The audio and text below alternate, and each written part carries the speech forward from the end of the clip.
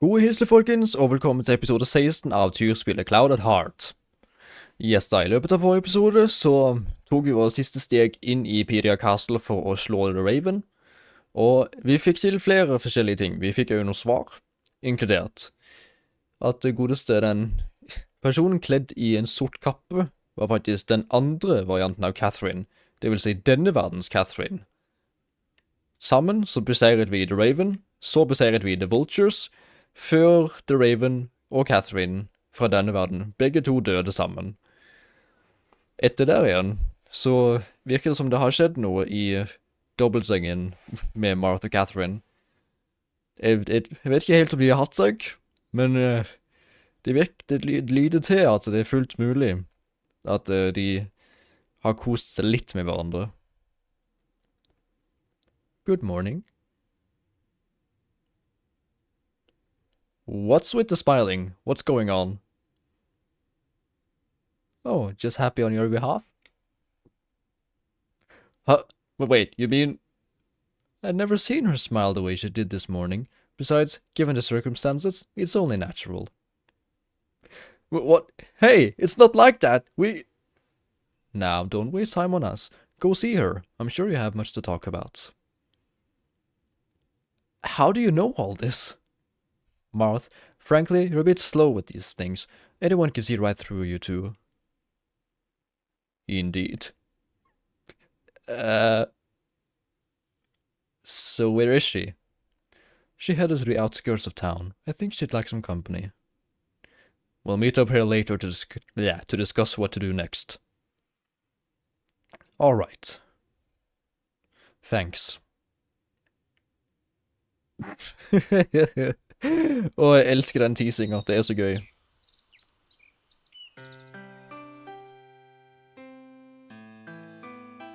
Og litt sånn der motvillig. Så ser de hverandre, så sitter de sammen. We've come a really long way, haven't we? Yeah. You know, even though this journey has, well, traumatized the hell out of me, I'd never want to go back and change what happened, even if I could. Because I've come to understand some things here that are more important than any of what we had to go through. Yeah, exactly. I want you to know that if I was somehow always meant to be tossed into a foreign world and have all these things happen to me, then I'm really glad it was with you. Marth, you never talked to me like this before. Er det en dårlig ting? That's because I realized that Never mind, forget about it. Hey, don't leave me hanging like that. Then I'll tell you when all this is over. I promise. Gir du jo lillefingeren på det? Alright, I'll be waiting. Han sliter så med å snakke om følelseslivet sitt. Det er jo så flaut, men det er som egentlig noe alle menn burde øve seg litt på. Det er egentlig generelt noe alle burde øve seg på. Oh, Marth, you don't have to tell me anything. I think I already know. Er det ikke bare tre ord som kan beskrive det i en setning? Well then, now that we are all together again, it is time to discuss our next move. What do we have to go by? The threat of the Nightwings has been eliminated.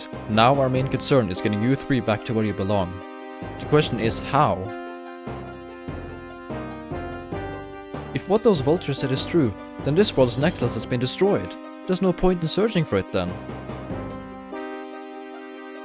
I wonder, that woman who showed up in the castle, whatever those creatures were, they referred to her as their lady, their leader. Yeah, who was that? She just appeared out of nowhere. That worries me. She tore down the entire castle because the Raven turned against her wishes. I doubt we've seen the last of her. Who knows what she might do next? I've been thinking. Those vultures, they said they had the power to travel through time and dimensions, and this lady is their leader. Possibly even their creator, based on what they told us earlier. Doesn't that mean she should have similar powers? She can't create something that has the ability to cross between worlds if she doesn't have the knowledge of how to do so herself, right? I see where you're going. This woman is obviously dangerous, but I think she might be the only connection we have left to our home world. I say we go for it. I totally agree.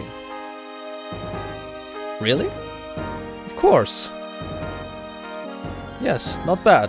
I will be right behind you as always. There's only one problem.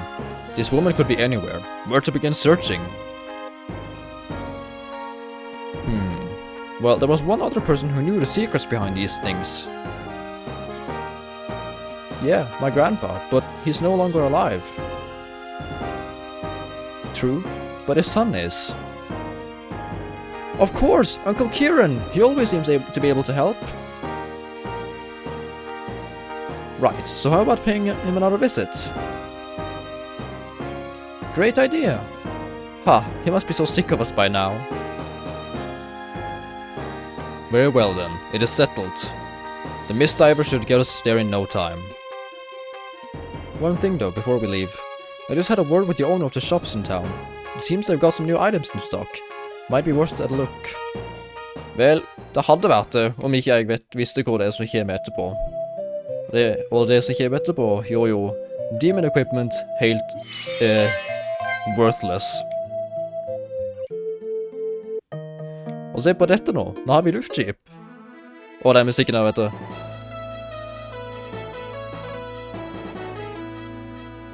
Å, det er så gøy. Det er den mest catchy tunen som han noen gang har hatt her.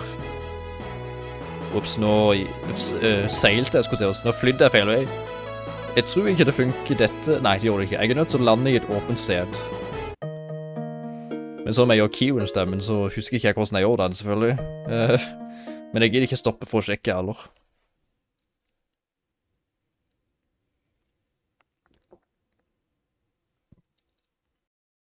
I see. What an unexpected turn of events.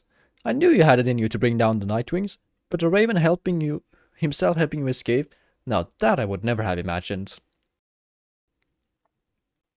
Well, that's not all. After our battle with the Raven, a young woman appeared, dressed in white. She tore the castle down effortlessly. A young lady in white, you say? Surely it can't be... Or could it? Perhaps if... Yes. Yes, the pieces fit perfectly. That must be it! Friends, I believe I may know who it is we're dealing with.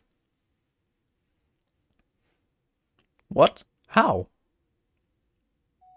Well, my curiosity only continued to grow after my recent discoveries regarding the villain, Seon, from the Legend of Meduna. So I decided to dive a bit deeper, to try and uncover more of its mysteries.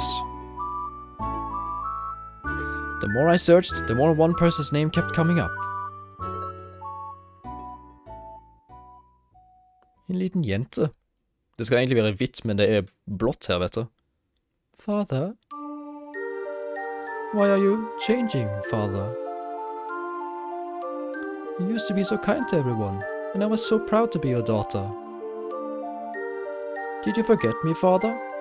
Am I not enough to make you happy anymore? Now all you do is make people cry. What can I do? I want to make everything the way it used to be. I want you to love me again. Litt eldre. It is time to let go of the memories. There is no way to bring back the past. My father's heart grows every darker. His anger, his thirst for power. It is now a threat to all life in this world. So it has come to this. I shall have to confront him about it. This must be stopped.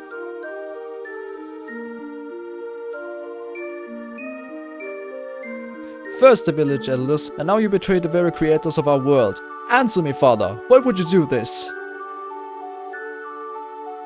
Their power over us was far too great. Such creatures must be kept in check, my dear. If that is how you see it, you should understand my reasons for doing this. Litt vanskelig å skjønne hva det er som skjer. What are you doing? I cannot. You cursed child! Han ble altså sealed away, ifølge Carl selv her. Up until now, it was believed that Seon sealed himself away for all those years to keep himself from ever dying. But it was actually his own daughter who sealed him away, to protect the world from his greed. His daughter? The young woman you saw in the castle, the lady in white, Aditya. Aditya? Wait, if she's still alive somehow, doesn't it seem like she should be one of the good guys? Yes, I was under the same impression. Something must have changed her, much like I did her father. This sounds awfully strange. After all this time, could it really be her? It's impossible to be sure, of course, but how many ladies in white with godlike abilities do you know of? Being the daughter of a man like Seon, Aditya fits perfectly into this picture. He's right. One thing, however, those who supposedly lived over 500 years ago, how could she still be alive, and why has she not reappeared until now? Good question. I cannot say. Assuming you'll continue searching for this woman, why not ask her yourselves? Jeg vil jo egentlig bare gjette på det at siden de har gudlike krefter, så vil de nok kunne vel holde seg selv i live i århundre? Yeah, she's the only link we have left to our own homeworld. We'll be stuck here forever unless we go after her. Yes, it looks that way. The problem is, she can go anywhere in the blink of an eye. How are we supposed to find her? There might be a way. My father concluded that in order to travel through time and dimensions, you will need an entrance point, a hotspot. This is a place where unbelievable amounts of energy is concentrated, ripping apart time and space, creating a gateway to another dimension. A rift in the fabric of time, if you will. This was what you went through when you came into this world, and also what Aditya must be using to travel between worlds. But that's not all. In the middle of the road from one side to the other is also an in-between world, a separate dimension linking the two sides. That is where I believe she now resides, watching over the events of both worlds. So she created the vultures, ordered them to train the raven, and observed his development from inside this in-between world. Precisely. Okay, so now we have to find a hotspot to find Aditya. That doesn't really get us much further, does it? A point where tremendous energy is gathered. Where could such a place be? Your friends may know. After all, it was there everything began. You mean it's the Traverse Caverns? Indeed. If Aditya is currently hiding within the time rift, the portals you use should still be open. That will be your chance to enter. Well, it sounds kind of risky, but we've come this far. Yeah, I couldn't live with myself if I backed out now. If this woman has been pulling the strings all along, we're still far from safe. She must be stopped. After what you did for me, the least I could do is help you return home. I'm coming along as well. Such determination. Well then, friends, all I can say is farewell and best of luck to you all.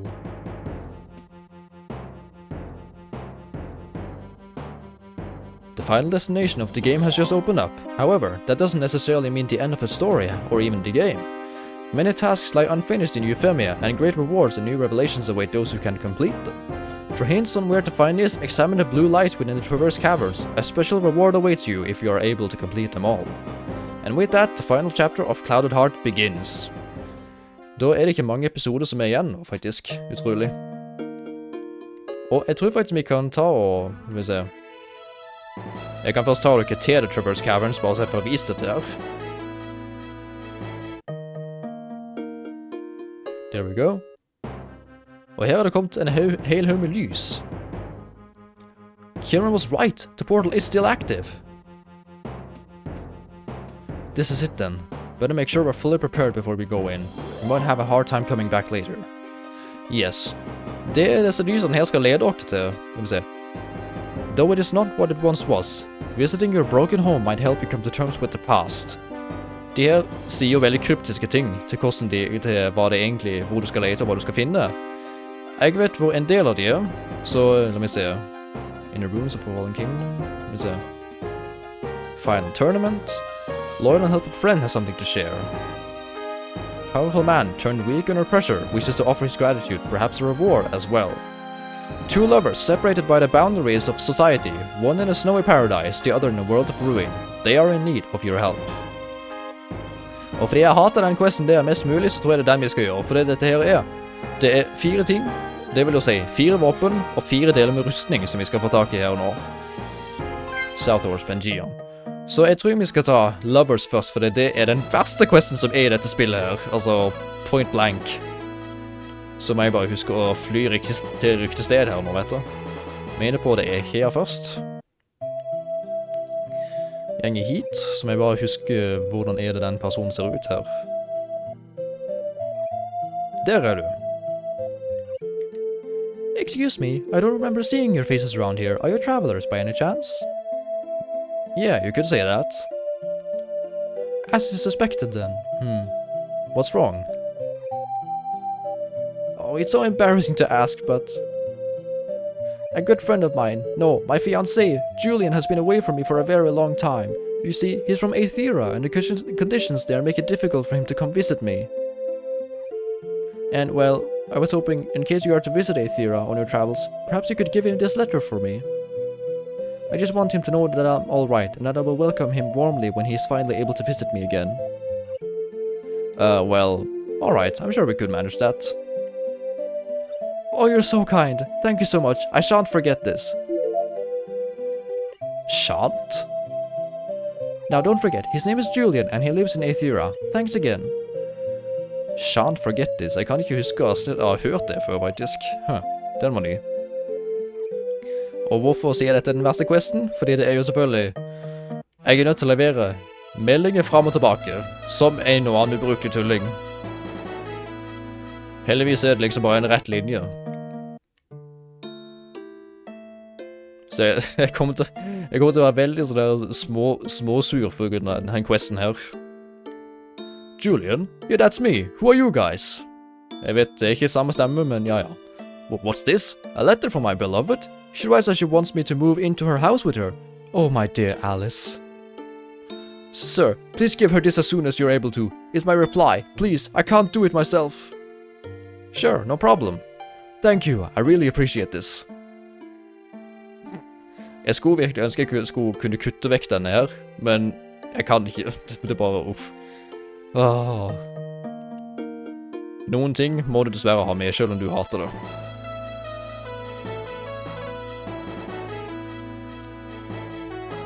Og det gjenger faktisk ikke, god damn. Så jeg må gå frem og tilbake i denne biten her. Jeg vet det er dritkjedelig, og jeg hater det selv, så... Curse you, Carl, for at du lagde denne her. Curse you. Oh, you have returned. And what's this?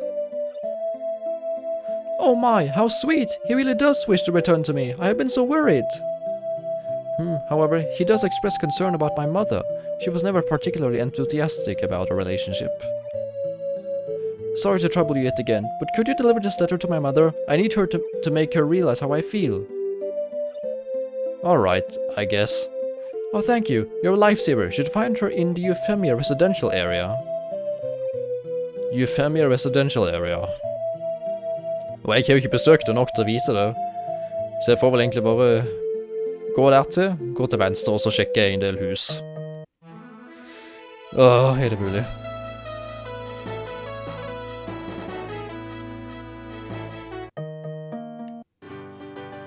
Herlighet, det her er jo så toppelig. Tenk hvis det bare var hun som springer der. Det hadde vært litt sånn morsomt egentlig.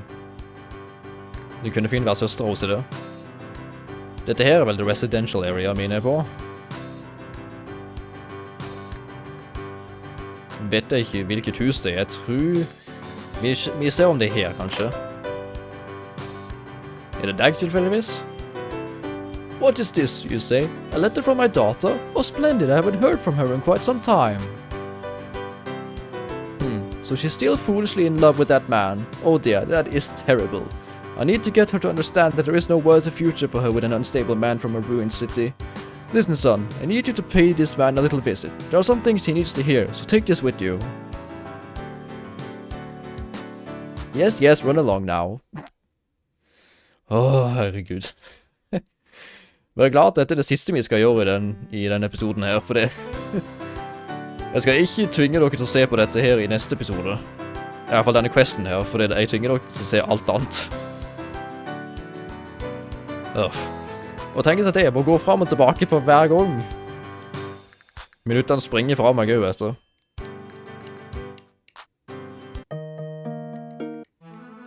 Here we go. Jeg har ingen entusiasme for dette her på noen måte, og det er... Hvis du ser på dette, Carl, så skal du vite at jeg har ingen entusiasme for den questen her i det hele tatt. Hey, loser, I got a letter for you. Ah, you again. Thank you for helping me out earlier. I'm sure you've made Alice very happy as well. What's that? A letter from her mother? She still doesn't trust me then. I can't say I'm surprised, but nothing to fear. I have been prepared for this eventuality. This is a letter that will capture every mother-in-law's heart. It's sure to work. Could you deliver it for me, please? It would be much appreciated. Thanks. Jeg sa ingenting.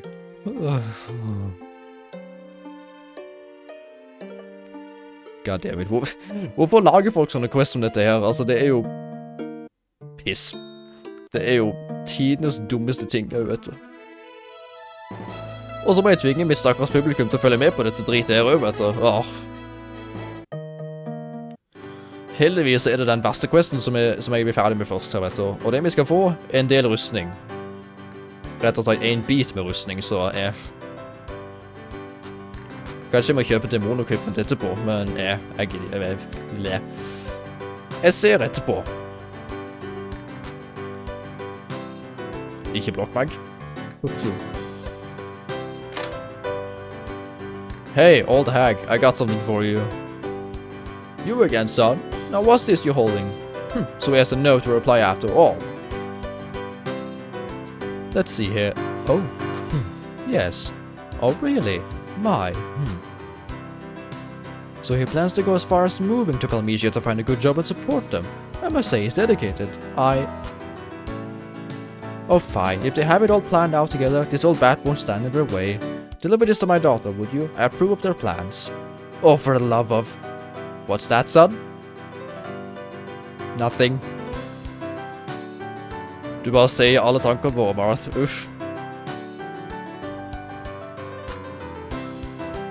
Huff for meg, altså. Jeg tror ikke noe Lego-spill har noe som ligner på dette tullet her, så gled dere til neste Lego-serie, sier jeg bare. Og jeg har ikke bestemt meg hva det er for noe ennå. Jeg er nødt til å bestemme det innen denne episoden kommer ut. Jeg har i hvert fall en idé, sånn ish. Eneste problemet er at jeg har jo faktisk bare 2 Lego-spill igjen faktisk på lista mi nå. For det er bare 2 som er helt tilgjengelig på Steam akkurat nå, så... det er vel litt det. Men jeg finner ut av noe. Jeg tror nok et av de vil nok vare en stund. Selv om det kan fullt være det på lengde med Lord of the Rings. Det ser jeg. Åh! Piss ta deg! Jeg trodde det at jeg måtte... Åh! Jeg skulle nord, jeg skulle ikke sør. Åh! Nå ser dere hvor mye denne questen irriterer meg grønn her, vet du.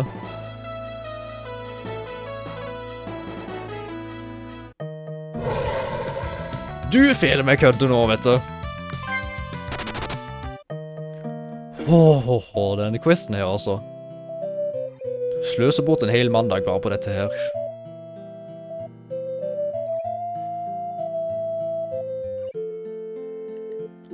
Ah, you're back. What did mother say? Oh, this must be a miracle. She finally gives us her blessing. This is absolutely perfect.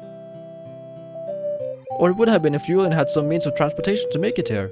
Oh, this could be a problem. I wonder if he has any good ideas. Og der må du bruke meg, selvfølgelig. Er det mulig?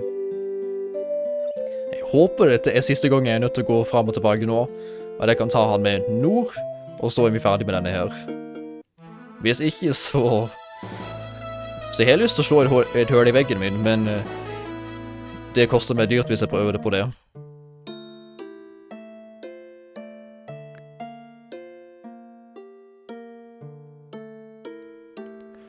All has worked out at last. This is wonderful. The question is, how will I make it to Palmyra? Say, the airship that's been flying back and forth here recently, is that really yours? Ugh. Sure, we'll have room for you if you need a ride. Perfect! Oh, how can I ever repay you? Why no, I've got something very special you can have. I'll give it to you once we arrive in Palmyra. Let us not waste time. Love is waiting! Takk Gud for det siste nå.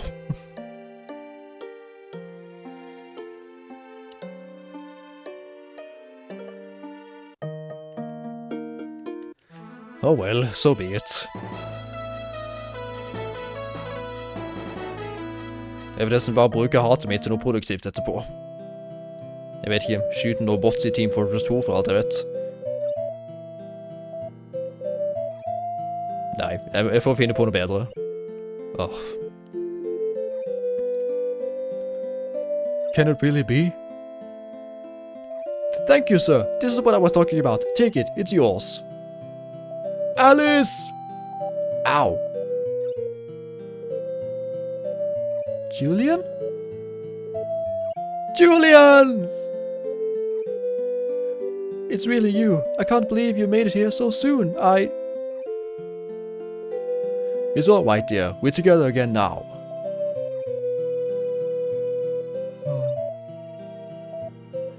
Oh, my love. Do you still remember our last summer? On the name you always used to call me. I want to hear it again. Very well. I really miss you, my pumpkiny. Ew. Oh, Julian, my poopykins. Alice, my honeybee. My huggy cushion. My little chipmunk. Snakker du over ræva også? Now let us not waste time out there. Let's go back to your house so we can spend some quiet time together. Oh dear, already? We only live once, dear Alice. Let us make the most out of the time we have been given. Oh, Julian, you're such a... What a deep relationship. Ew. The Violet Cape. Åh, herregud, er det mulig? A flame went out. Så da er vi heldigvis ferdig med den skitquesten der, vet du. Uff. Er det mulig? Heldigvis så er det avslutninger på dagens litt irriterende episode, folkens. Håper dere hadde tålmodighet til å gå gjennom det til fellesskapet med meg. Men nå er det jo faktisk, da tror jeg det er 2, kanskje 3 episoder igjen av denne serien før jeg er ferdig. Wow, tida flyr her nå, vet du. Men ja, da tror jeg i neste episode så skal vi bruke tid på å fullføre alle questene her, faktisk. Og når jeg sier alle, så mener jeg absolutt alle. For jeg husker hvor alle sammen er, så vidt meg bekjent. Det er bare at jeg vil nødt til å søke litt hjelp om hvordan jeg skal få til en av de, mener jeg på. Men bortsett fra det, så tror jeg skal få til alt. Så ja, da ser vi her, og så avslutter vi her. Da håper dere likte den, var tålmodige nok med denne episoden her, og vil følge med videre på de siste episodene som kommer. Frem til neste episode, så håper dere alle har en fortreffelig dag, i en fortreffelig uke, med fortreffelige folk. Så snakkes vi med i neste episode av tyrspillet Cloudedheart. Snakkes da.